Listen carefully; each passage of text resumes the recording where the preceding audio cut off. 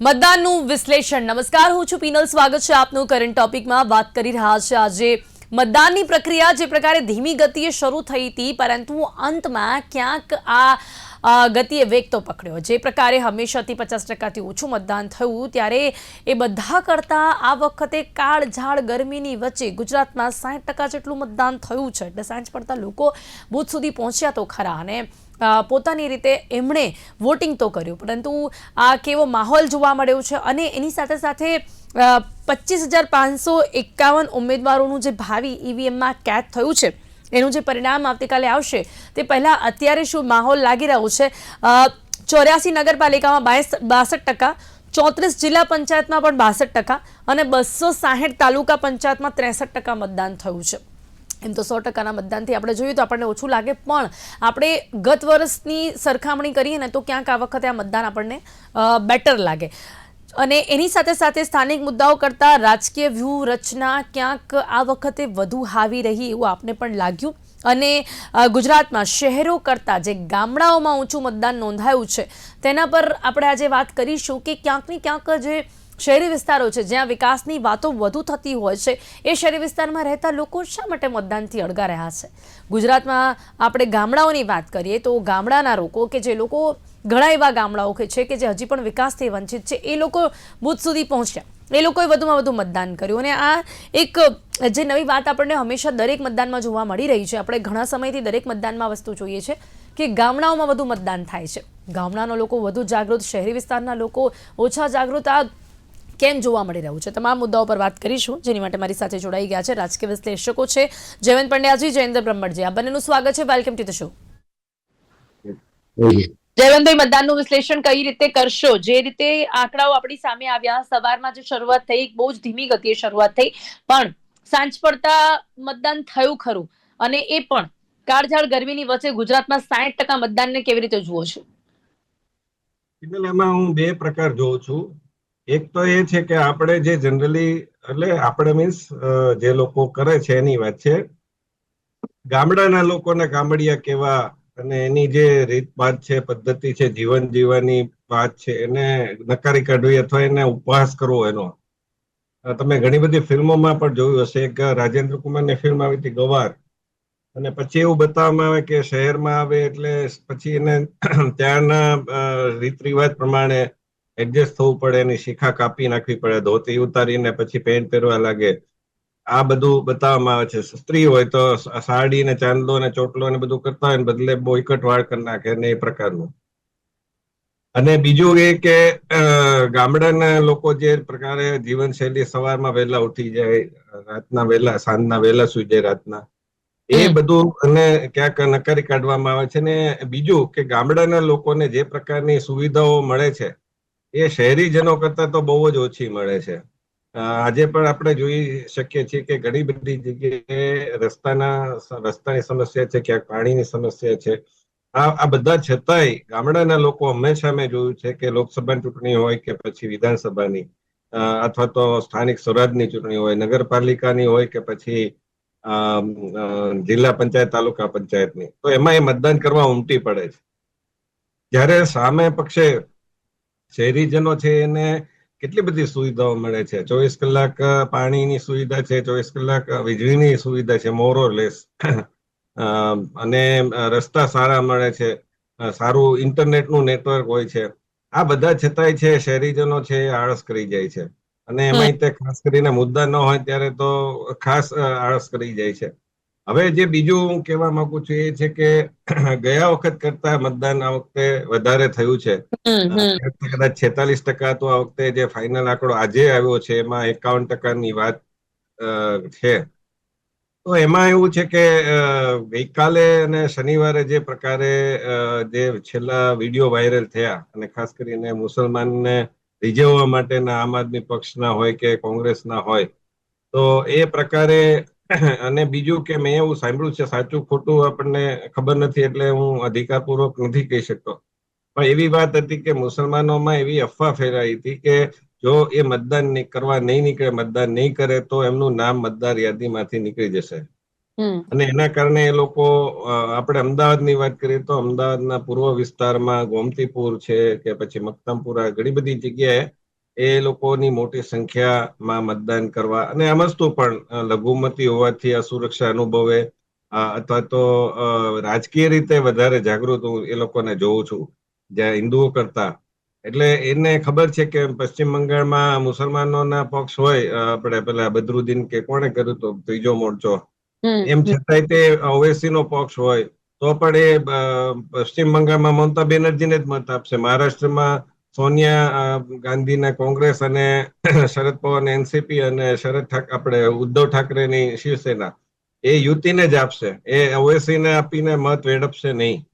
તો એને ખબર છે કે ક્યાં કોને મત આપો. એટલે રાજકીય રીતે એ લોકો વધારે જાગૃત હોય છે. ત્યાં એમ નહીં છે, આપણે કોઈ દી સાંભળ્યું નથી માઉથ ટુ માઉથ, એટલે રૂબરૂ આપણે નથી સાંભળ્યું, પણ એમ કહેવાય છે કે મસ્જિદમાંથી મૌલવીઓ પણ દિશા નિર્દેશ કરતા હોય છે, ફતવા બહાર પડતા હોય છે. આપણે જોયું કે સુરતમાં ને ઘણી બધી જગ્યાએ જી. મસ્જિદો પર ફતવા ચોંટાડવામાં આવ્યા હતા. એટલે એ પણ થતું હોય છે. એટલે એના કારણે મતદાન એમનું વધારે હોય એવી પૂરેપૂરી શક્યતા છે. પણ ઓકે, જયેન્દ્રભાઈ, જયવંતભાઈ એક સરસ વિશ્લેષણ કર્યું કે ગામડાઓમાં, શહેરોમાં અને ઓવરઓલ મતદાનમાં આપનું શું માનવું છે? જે રીતે 57 થી 58 લગભગ 60% જેટલું મતદાન ગુજરાતમાં કહી શકાય છે, તો અત્યારે ના માત્ર ગત વર્ષની વાત કરીએ, પણ આપણે ઓવરઓલ પણ ઘણા સમયથી જોઈએ ને તો પણ સ્થાનિક સ્વરાજ્યની ચૂંટણીમાં 50% થી નીચે જ મતદાન થાય છે. આ વખતે વધુ મતદાન થયું છે. સવારે એવું જ લાગતું હતું કે કદાચ એનાથી પણ ઓછું મતદાન થશે ગરમીના કારણે, પણ સાંજ પડતા આ ટકાવારી અહીંયા સુધી પહોંચી. શું કહેશો, આને વધુ મતદાન કહી શકાય છે?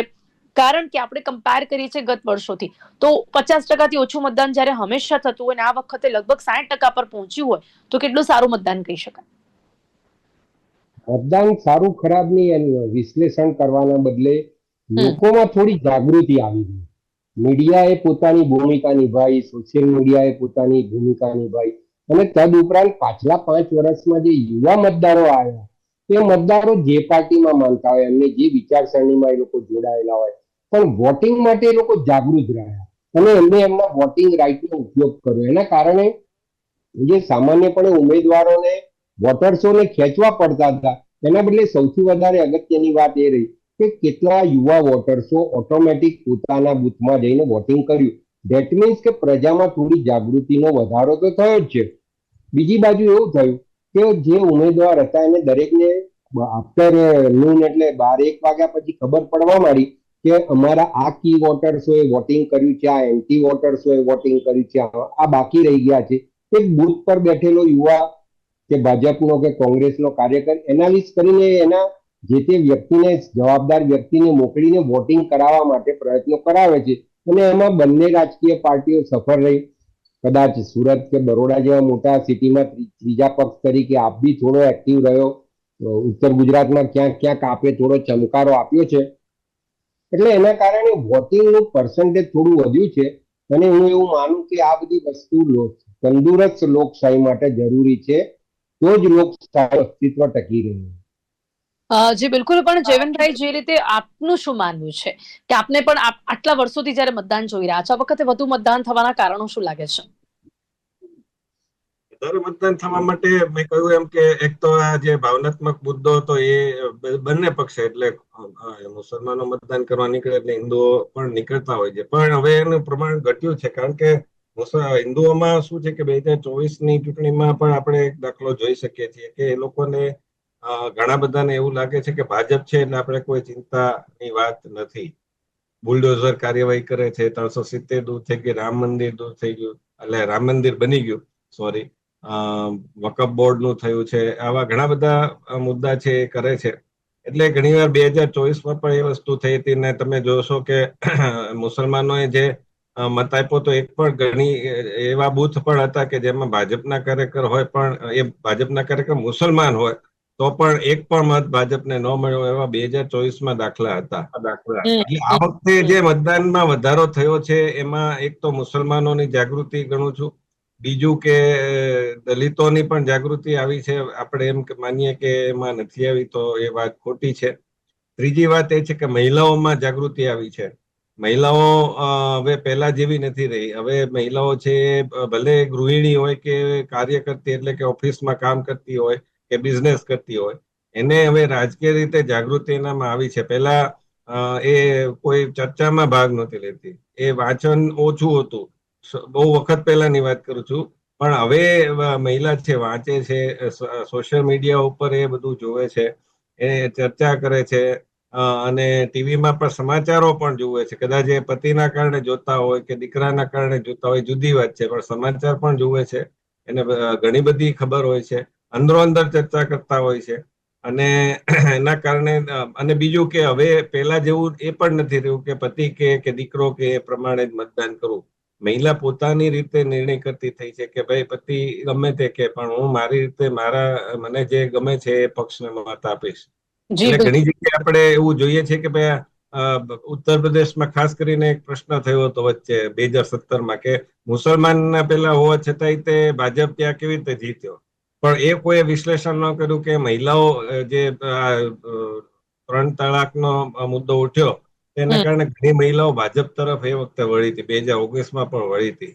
હમ આ 3 કારણો હું મુખ્યત્વે જોઉં છું. બીજું કે આદિવાસી વિસ્તાર હોય છે ત્યાં પણ ગઈકાલનો જે આપણી પાસે આંકડા હતા એમાં નર્મદા જિલ્લામાં સૌથી વધુ મતદાનના સમાચાર હતા. આજે હમ મને ફાઇનલ નથી ખબર, હમ પણ જો હમ એ વસ્તુ હોય તો એ પણ દેખાઈ આવે છે કે આદિવાસીઓમાં પણ જાગૃતિ, એટલે મતદાન કરવા એ લોકો નીકળે છે.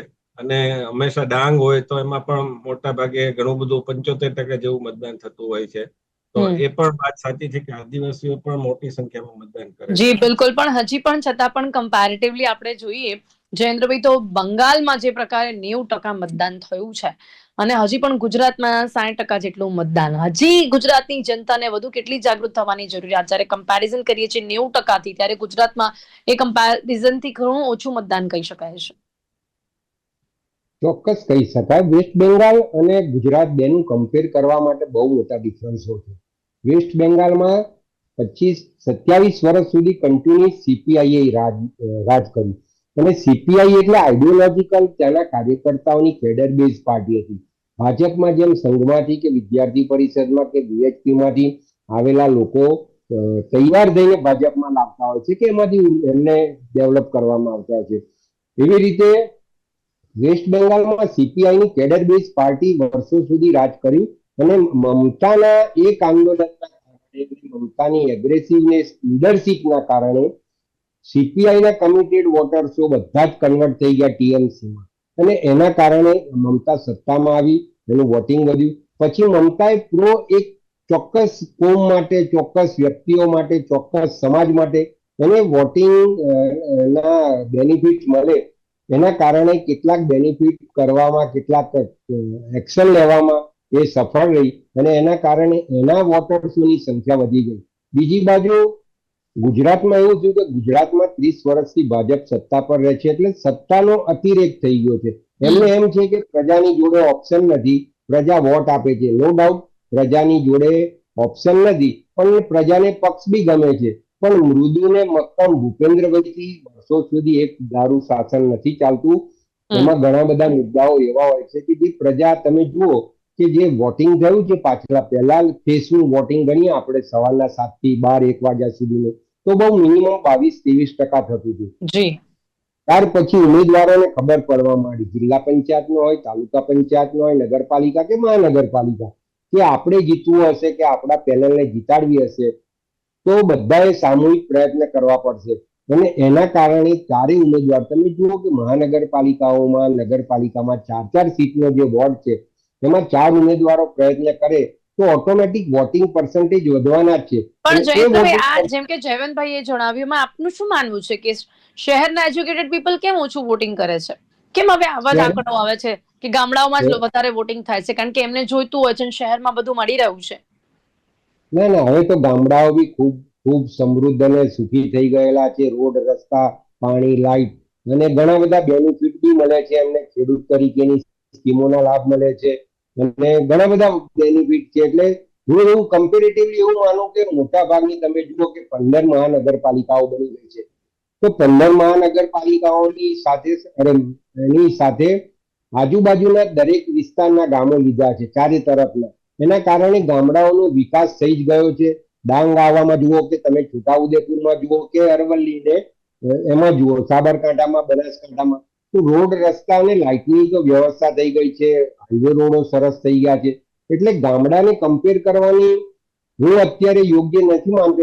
એ લોકોના કોઈ એવા પ્રશ્નો નથી. એમને દરેક જગ્યાએ મોટા ભાગના કચ્છ વિસ્તાર સુધી જુઓ તો પાણીની એમની જે સૌથી વર્ષો જૂની સમસ્યાઓ હતી, ખેતી માટેની લાઇટની સમસ્યા હતી, એ બધા ઘણા બધા પ્રશ્નો મદા અંશે સોલ્વ થઈ ગયા છે. કેટલાક વિસ્તારોમાં કોઈ કારણસર પ્રશ્ન ઉભા બી થતા હશે, પણ ગામડાઓના આ બધા પ્રશ્નો સોલ્વ થવાના સાથે ગામડામાં વોટિંગ વધારે થાય છે. એનું કારણ કે નાનું સરખું ગામ હોય, 1000, 1500, 2000 વોટના વોટર્સ હોય, એટલે એ લોકો સ્થાનિક બહુ નિયરેસ્ટ હોય છે. આપણે તમે જુઓ કે મહાનગરપાલિકામાં સોલા રોડ પર રહેતો વ્યક્તિનું જો વોટિંગ કાપડિયા કોમ્પ્લેક્સ સુધી આવતું હોય કે અન્ય દૂર સેન્ટર સુધી જતું હોય તો મતદાર પોતાની, કેમ કે હવે મહાનગરપાલિકાની હદોમાં લોકો પોતાના વાહન લઈને જાય છે. એનું કારણ છે કે પહેલા એવું હતું રિક્ષાઓમાં વોટર્સોને લઈને જતા હતા, એટલે એમને ગરમી બી નડી, એમને પોતાનો. જી બિલકુલ ચોક્કસથી કહી શકાય છે ને આ બધા કારણોના કારણે પણ ગામડાઓમાં વધુ મતદાન થાય છે. જીવનભાઈ, એ સિવાય મુસલમાનોએ જે વધારે એના વોટ કારણે છે એનું શું લાગે છે હા આપને, શું ઇમ્પેક્ટ હશે? અને ઓવરઓલ વધુ જ્યારે પણ મતદાન થાય ત્યારે ભાજપને ફાયદો થાય, ઓછું મતદાન થાય ભાજપને નુકસાન થાય એવું કહેવાય છે. વધુ મતદાન પણ થયું છે, પણ એની સામે જેમ કે આપણે કહ્યું કે આ વખતે મુસ્લિમ મતદારો વધુ જોવા મળ્યા છે બુથ પર પહોંચતા, તો એની શું ઇમ્પેક્ટ જોવા મળી શકે છે? જી જયવંતભાઈ. એવું કોઈ ગણિત કે ત્રિરાશિ નથી કે વધુ મતદાન થાય તો ભાજપને ફાયદો થાય અને ઓછું મતદાન થાય તો ભાજપને ફાયદો થાય. દાખલા તરીકે ગયા વખતે 46% મતદાન હતું અમદાવાદમાં, તો પણ અમદાવાદને ખૂબ જ મોટી સંખ્યામાં 150 જેવી બેઠક, 159 કે એવી બેઠક મળી હતી. એટલે એ વાત એ છે કે એન્ટી એસ્ટાબ્લિશમેન્ટ અથવા તો શાસન વિરોધી જુવાળ હોય તો મોટી સંખ્યામાં લોકો ઉમટી પડે. તો પછી ક્યારેક એવું પણ બને કે ભાવનાત્મક મુદ્દાઓ હોય. દાખલા તરીકે 2022ની ચૂંટણી આપણે યાદ કરીએ વિધાનસભાની, તો એમાં આમ આદમી પક્ષનો પગ પેસારો ન થઈ જાય, કારણ કે સુરતમાં એ લોકો 27 બેઠક મેળવી ચુક્યા હતા. તો એ વિધાનસભામાં સત્તામાં ન આવી જાય એવા માટે થઈને લોકોએ મતદાન કર્યું અને ભાજપને અડધા બેઠક આપી, 156 બેઠક. પછી પેટા ચૂંટણીમાં જેટલે જીતે અલગ. તો એટલે એ કેવું બહુ અઘરું છે કે ઓછું મતદાનથી ભાજપને ફાયદો થાય છે કે વધુ મતદાનથી ભાજપને ફાયદો થાય છે. પણ એક વાત ચોક્કસ છે કે ભાજપના જે સમર્થકો છે એના બીજું કે ભાજપના કાર્યકર્તાઓમાં પણ હવે ધીમે ધીમે ઓછી પેલી કહેવાય સક્રિયતા. એ લોકો વાત જે કઈ કરતા હોય દેવ દુર્લભ કાર્યકર્તા ને એ બધું, પણ હું દાખલા તરીકે બોપલ વિસ્તારની વાત કરું તો બોપલ વિસ્તારમાં પ્રચાર માટે બિલકુલ આવ્યા નથી. એમના કોઈ એટલે રિક્ષાઓ નથી ફરી, બહુ ઓછી ફરી છે. અને એમના કાર્યકર્તાઓ કે જે ઉમેદવારો છે એ નથી આવ્યા, કાર્યાલય ખોલીને બેસી ગયા, બસ એટલું જ. અને બીજું કે સ્લીપ, એ પણ ઘણી જગ્યાએ એવી વાત છે કે સ્લીપ આપવામાં નથી આવી ભાજપ તરફથી.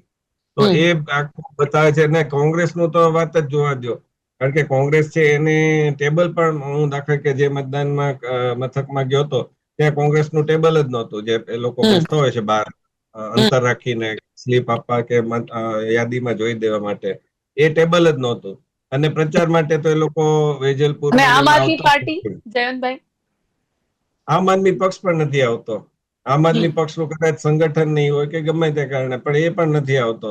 એટલે આ પ્રકારનું બહુ જ આ વખતે જયવંતભાઈ, આપણે જોયું હશે કે ઘણા એવા મતદારો હતા કે જેમને એસઆઈઆર ની કામગીરીમાં પોતાની બધી વિગતો આપી છતાં પણ એમનું નામ જોવા ન મળ્યું, જે મુદ્દો બહુ ચર્ચાનો વિષય બન્યો. હવે એના કારણે પણ કેટલા લોકો રહી ગયા મતદાન કરવામાં. એમાં પણ એક સારી એવી સંખ્યા રહી ગઈ છે. સારી એટલે નોંધપાત્ર સંખ્યા. પણ હું એમ માનું છું કે ડિસેમ્બરની આસપાસ જયારે ડ્રાફ્ટ જાહેર થયો ત્યારે બધે જ વોટ્સઅપમાં ને બધે જ એની વાત આવી હતી કે ભાઈ તમારું નામ છે કે નહીં, તમે ચકાસી લો. તો એ વખતે જે લોકો જાગૃત ન રહ્યા એના કારણે બની શકે કે પછી તમે એક પત્રકારે પણ કહ્યું છે કે મારો મતદાન ન થઈ શક્યું. એટલે આ પ્રકારનું તમે જાગૃત ન રહ્યો તો પછી કઈ રીતે એ માનવું કે ભાઈ તમને મતદાન કરવા દે. તમારા યાદીમાં નામ ન હોય. ક્યાંક પેલી પુરવણીની પણ વાત હતી. આજે છાપામાં એક સમાચાર છે કે પુરવણી ન પહોંચીને એના કારણે પણ આવું થયું. તો એના કારણે બની શકે કે મતદાન કરવા ન મળ્યું હોય. પણ ચૂંટણી પંચે પણ તૈયારી રાખવી પડે થોડીક. જે પ્રકારે શિક્ષકોને કામગીરી આપે છે ને શહેર માટે જેટલી મહેનત કરે છે એવી રીતે મતદાર યાદી માટે પણ જેમના નામ ન હોય. બીજું કે ચૂંટણી પંચને આપણે જવા દઈએ તો પણ જે રાજકીય પક્ષો છે જેમ વાતો તો બહુ મોટી મોટી કરે કે 100% મતદાન કરજો, પહેલે મતદાન ફિર જલપાન, આવા બધા હમણાં સૂત્રો આપે છે. પરંતુ તમારા પક્ષના કાર્યકર્તાઓને તો જરા કહો ને કે ભાઈ એમને તો ખબર જ છે કે આપણા કયા મતદારો છે ને કયા નથી. તો પછી એ મતદારો જે છે એના માટે મતદાન કરે છે, એના નામ ન રહી જાય, એ લોકો મતદાન કરવા અચૂક આવે, તો એના માટે કમસે કમ મતદાનના દિવસે તો તમે પ્રચારમાં બિલકુલ આ એક અલગ જ જે બાબત કઈ હોય આવી છે. અમુક સોસાયટીના જ નામ નથી, અમુક લોકોના ઘરના પરિવારના નામો નતા. એસઆઈની કામગીરી આટલી સરસ રીતે થઈ, આયોજનબદ્ધ થઈ, છતાં પણ કેમ આવું જોવા મળ્યું એ પ્રશ્ન રહી ગયો છે. પણ અંતે જયેન્દ્રભાઈ શું કહેશો, આ ચૂંટણી ગુજરાતના રાજકારણમાં કોઈ મોટો ફેરફાર લાવશે? આપનું શું માનવું છે અંતમાં? આ ચૂંટણી બહુ મોટો ફેરફાર લાવી શકે એવું નથી, કેમ કે પાર્ટી લેવલે જોવા જાવ તો વિધાનસભાની પૂર્વ તૈયારી રૂપે એક લિટમસ ટેસ્ટ છે ભાજપ માટે. હું એવું માનું છું કે સુરત, બરોડા, રાજકોટ, ભાવનગર આ 4 મહાનગરપાલિકા અને નવી બનેલી 9 મહાનગરપાલિકાઓમાં ક્યાંક ને ક્યાંક મોટા અપસેટ આવશે, જે ભાજપના માટે એક દિશા ચિહ્ન બની રહેશે. એ કોઈક ડિસિઝન લેવા માટે મજબૂર કરશે, ક્યાં તો મોટા ફેરફાર કરશે, સંગઠન લેવલે કરશે, ક્યાં તો સરકારમાં કરશે. કેમ કે જે તે વિસ્તારના જવાબદાર પ્રભારી મંત્રી હોય કે પ્રભારી સંગઠન વ્યક્તિ હોય, એ લોકોની જવાબદારી ફિક્સ કરશે. કેમ કે મતદાનની આટલી બધી સારા રિપોર્ટો બધાએ આપ્યા હોવા છતાં જો પરિણામ એવું આવ્યું તો તકલીફ પડી શકે એવું છે, અને પરિણામ આવવાની થોડી સંભાવનાઓ છે. એનું કારણ એ છે કે દરેક વિસ્તારોના નગરપાલિકા હોય કે મહાનગરપાલિકા હોય, સ્થાનિક લેવલે પ્રશ્નો ઉભા જ રહેલા હોય છે. ત્યાં તો સોલ્વ કરવામાં લેટ થયા હોય, અને માનવ સહજ સ્વભાવે વ્યક્તિ એ પ્રશ્નને યાદ કરી રાખે છે કે સાલું જે દિવસે અમારી ગટરો ઉભરાય ત્યારે આ કોર્પોરેટર તો આવ્યો નતો અને ફોન ઉપાડ્યો નતો. એટલી આ મોટું જાગૃતતા જનતામાં હોય તો કદાચ આપણે એવું કહી શકીએ કે રાઈટ વોટિંગ થઈ શકે. આ બધું જોઈને જનતાએ વોટિંગ કર્યું હોય એવી આશા આપણે તો અત્યારે રાખીએ છીએ. પછી પરિણામ આવશે ત્યારે જોવાનું રહેશે કે ખરેખર જનતાએ શું જોઈને વોટ આપ્યો છે ને શું પરિણામ આવ્યા છે. સમય અહીંયા સમાપ્ત થાય છે. જયવંતભાઈ, જયેન્દ્રભાઈ, આ બંને મારી સાથે ચર્ચામાં જોડાયા તે બદલ આપનો ખૂબ ખૂબ આભાર. Thank you so much. તો ગુજરાતમાં સ્થાનિક સ્વરાજની ચૂંટણીનું જો મતદાન છે તે પૂર્ણ થઈ ચૂક્યું છે, ત્યારે મતદાનનું આ વિશ્લેષણ કરવાનો પ્રયાસ કર્યો છે. 60% જેટલું જે મતદાન થયું છે તે મતદાન કયા મુદ્દાઓને આધારે થયું હશે તેના વિશે ચર્ચા કરી છે. પરંતુ આવતીકાલે જ્યારે પરિણામ આવશે ત્યારે આપણને ખ્યાલ આવશે કે ખરેખર આ ઈવીએમમાં આ જે મતદાનની પેટી છે તેમાં કોનું ભવિષ્ય કઈ રીતે કેદ થયું છે. કરંટ ટોપિકમાં અત્યારે બસ આટલું જ. ફરીથી મળીશું નવા વિષયની સાથે. ત્યાં સુધી રજા આપશો. નમસ્કાર.